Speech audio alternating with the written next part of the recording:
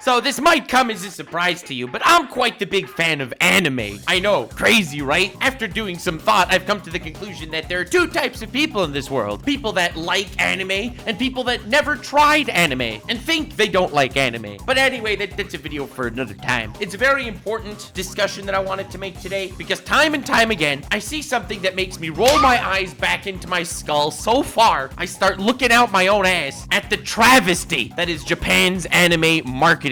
Now, as far as I know, no one's ever talked about this. And it's not something that I necessarily wanted to talk about, but since no one talked about it, and I like ranting, this is the ultimate combination. It's me throwing my salt at people that deserve it, goddammit. Why is Japan's anime marketing system so abhorrently bad? Like, legit, as much as I can appreciate a show, why was there a 5-year break between Attack on Titan Season 1 and Season 2? Attack on Titan Season 1 comes out in 2013. Fire out of the gates. Everyone is vibing. You got normies around the world being like, bro, anime is actually kind of cool. This Attack on Titan shit is pretty sick. Holy crap. And then they do the right thing when it comes to capitalizing on the series. They wait 5 years for Season 2. Season 2 in 2018, Season 3 in 2019, Season 4 starting at the end of 2020. Dude, you can argue that you need the manga to get ahead before releasing an anime. I get that. But wouldn't it have made sense to, instead of making a 1-year gap between Seasons 2, 3, and 4, to make 2-year gaps between Seasons 1, 2, 3, and 4? Well, I think that makes a lot of sense. There's so many people that watched the first season of Attack on Titan but never came back because Season 2 was postponed for 5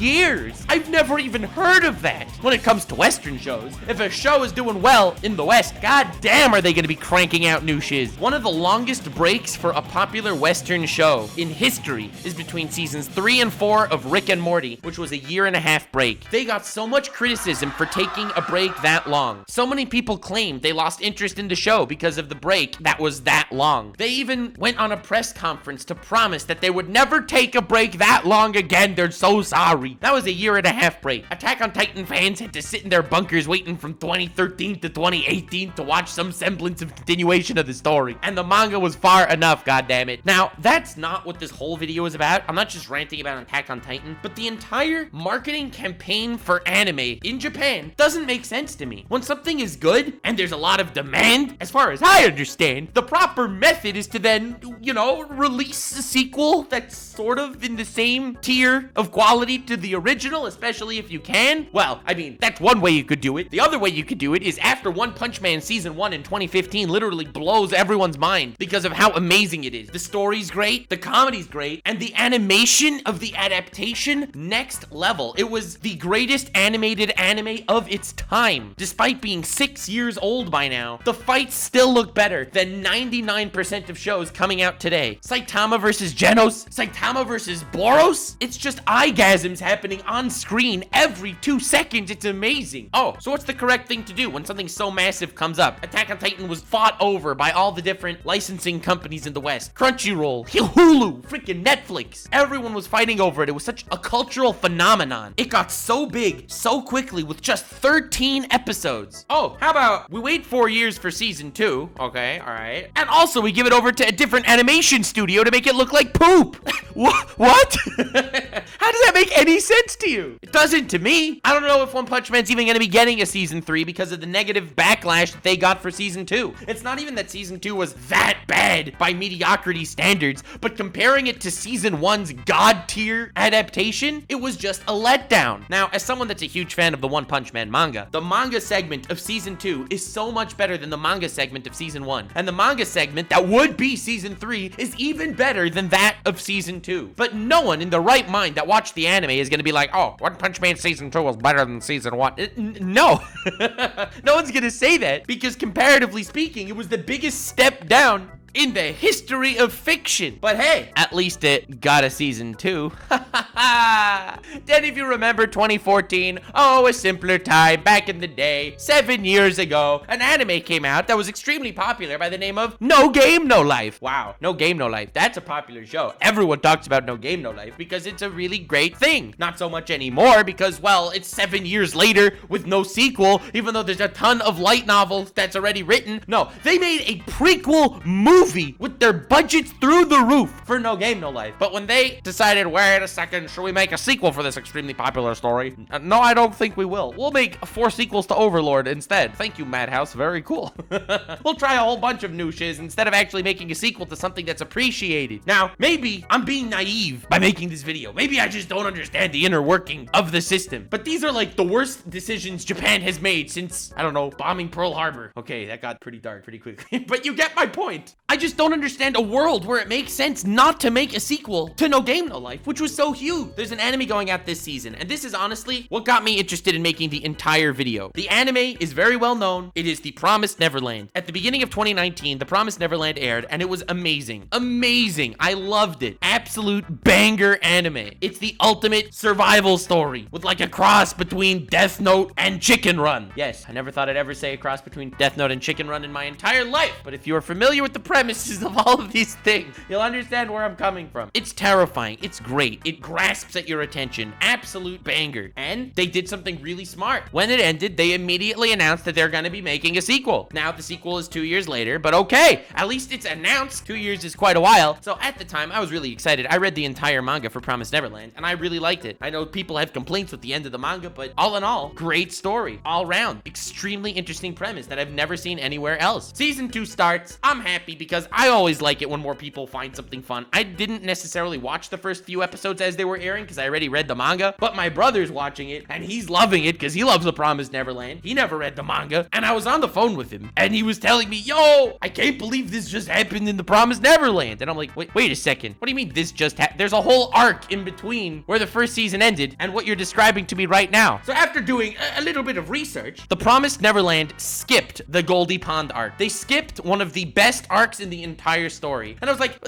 that arc has like a whole bunch of plot important stuff. It's not like a filler arc. How did they skip it? So after doing even more research, Promised Neverland is literally going down the tubes. Promised Neverland Season 2 decided, yes, we know that it's an extremely popular manga. We know that in the last year, Promised Neverland's manga outsold My Hero Academia. You know My Hero Academia, the actual titan that took over the anime space? Yeah, Promised Neverland outsold it. And still, they decided, I think that the anime could skip this arc. Maybe instead, we'll just jump around crazy forward and backward, removing a whole bunch of twists that took another 100 chapters to reveal. It'll just you know, push the crap out. It'll be fun. Everyone will like it. What? First of all, aside from my personal pain as to witnessing this happening, can I take a moment to just say that why would they do this? It's like the worst marketing move on the face of the planet. It's like they're trying to get people to hate them. I legit do not understand. I don't get the mindset. Anime marketing makes no sense. It's just so stupid. I don't get it. Blue Exorcist is an anime that came out in 2014. I loved Blue Exorcist. Really great show. Honestly, one of my favorite shonens as far as starting things off. I was watching that show. God damn it. The first 15 episodes, I was like, damn, this might be one of my new favorites. Episode 15 comes along and all of a sudden, story takes a drastic turn. We start learning about like the main bad guy that the series was building up. All this crazy stuff starts to happen. I'm like, dude, what the hell? We were just in school in like the early training arcs of like what could potentially be a massive story, and here we're already up against the final boss of the entire like thing that we were built. This makes no sense. Yes, at episode 15, Blue Exorcist was like, all right, we have 10 episodes left. Instead of making a sequel, let's just speed run the plot. Oh, but the manga didn't finish yet. What should we do? The manga's not over. How can we speed run the plot if the plot wasn't written? I know. We'll make our own plot. And they legit tore down this poor show. In the last 10 episodes, they completely went off the rails with their own story. Crazy things happening that made no sense. The ending, which was so anticlimactic, it was sad. It was just like power of love defeats Satan. You know how it is.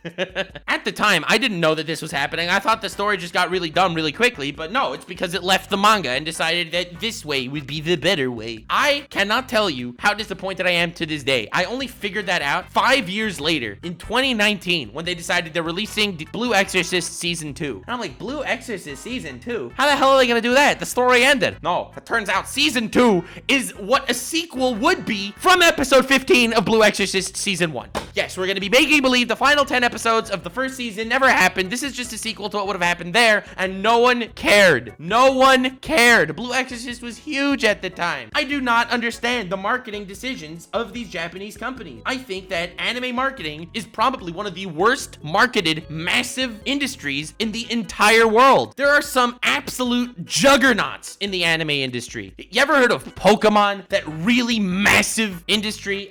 You may not have. You know, it's just the biggest media industry in the entire world. That's right. Pokemon is massive. It's way bigger than things like Harry Potter or Dragon Ball. It's in a league of its own. All right, Pokemon gang, what is the one thing that everyone wants to see when it comes to Pokemon? An adult Pokemon story. Legit, a Pokemon story that's not marketed to 4-year-olds. A Pokemon story without freaking Ash, okay? Now, I'm not just saying this for myself. I think that Pokemon sets a cap where they don't want older audiences to watch their shiz because it's garbage. It's for children, clearly. Digimon is for children too, and it was much darker than Pokemon is. There's a manga called the Pokemon Adventures manga. It's the storyline that kind of follows the game's lore as opposed to the anime lore, where the characters are great. The battles have stakes. It's like dark. It's so good. The manga is fantastic. Why don't we have an anime of that? Or if you want to continue with Ash, I mean, go for it. Continue with Ash. I don't care. Make another anime following the Pokemon Adventure storyline. There's literally no reason not to do that. It would be one of the biggest anime of all time. Do you have any idea how much money that would make? So much of Pokemon is based on older fans that grew out of the anime. Nostalgia is carrying Pokemon to new heights. But despite that, they are so set in their ways of making this children's story that doesn't appeal to anyone. They're losing out on infinite possibilities. Now, being that this was an overall negative video, it's just a rant that I wanted to make. And if you want to hear me rant about more shiz, definitely subscribe and leave a like, because I say it like it is and I say it with facts. God damn it. But this is unacceptable. I don't understand how stupid people could be. This is just ridiculous. It's dumb. And just because I feel like this would annoy the internet, and annoying the internet is always funny, feel free to tell people that the Attack on Titan anime that's going on right now is officially not following the manga anymore. It is, don't get me wrong. It's absolutely following the manga so far. And I'll cry if it leaves the manga because the manga is so good. But,